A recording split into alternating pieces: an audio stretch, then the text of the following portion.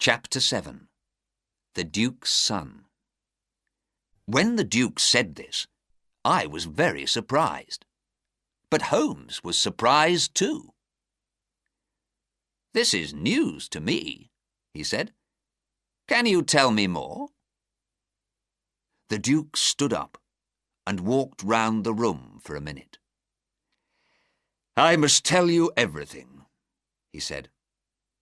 "I didn't want to talk about it, but I must. I see that now." He sat down again and began his story. "When I was a young man, Mr. Holmes, I was in love. Oh, so much in love. It only happens to you once, and this woman was the love of my life. I wanted her to be my wife, but she died. She left me this one child, and I loved him because of her. When I look in his face, I see her, and remember her, and can't stop loving her. I must have the boy near me because of this. But a government minister cannot tell the world about a love child like this. So, to the world, James is my young secretary, not my son. He knows that I am his father. He hates the Duchess because she is not his mother. And he hates my younger son, Arthur, because Arthur has everything. Arthur has a name, a famous father, houses, money, everything. James has nothing. Well, he has some money, of course, but he is just Mr. James Wilder, and he wants to be the Duke of Holderness one day. That's not possible, of course. But James can't understand that. And so, you see, I was afraid for Arthur. And that's why I sent him to Dr. Huxtable's school. And what does James do next? He kidnaps my poor Arthur. It changes nothing, but James can't see that. He wants me to say, "Yes, James, now you can be my first son. You can have everything. Arthur can be the number 2 son. But I can't do that. Of course I can't." James knew this man Hayes, you see, because Hayes worked for me once. James asked for Hayes's help, and the man was happy to do it. You remember my letter to Arthur on that last day? Well, James opened the letter and put in a note from him. That evening, he cycled across the moor and met Arthur in Ragged Shaw.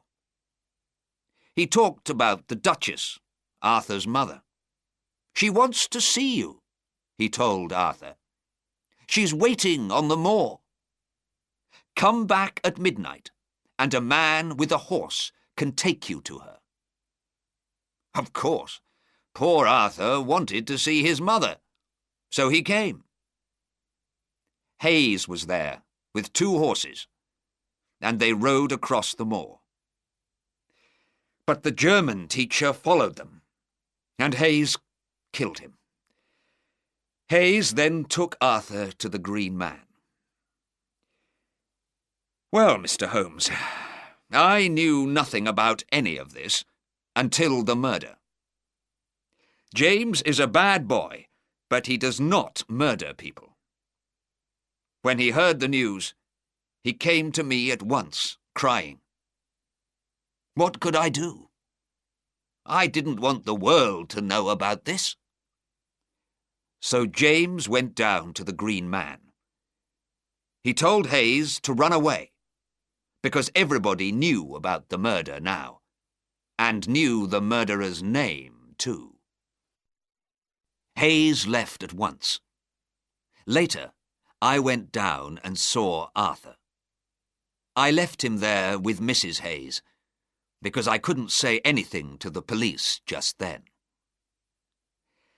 So, Mr. Holmes, now you know everything. Said Holmes. You help a murderer?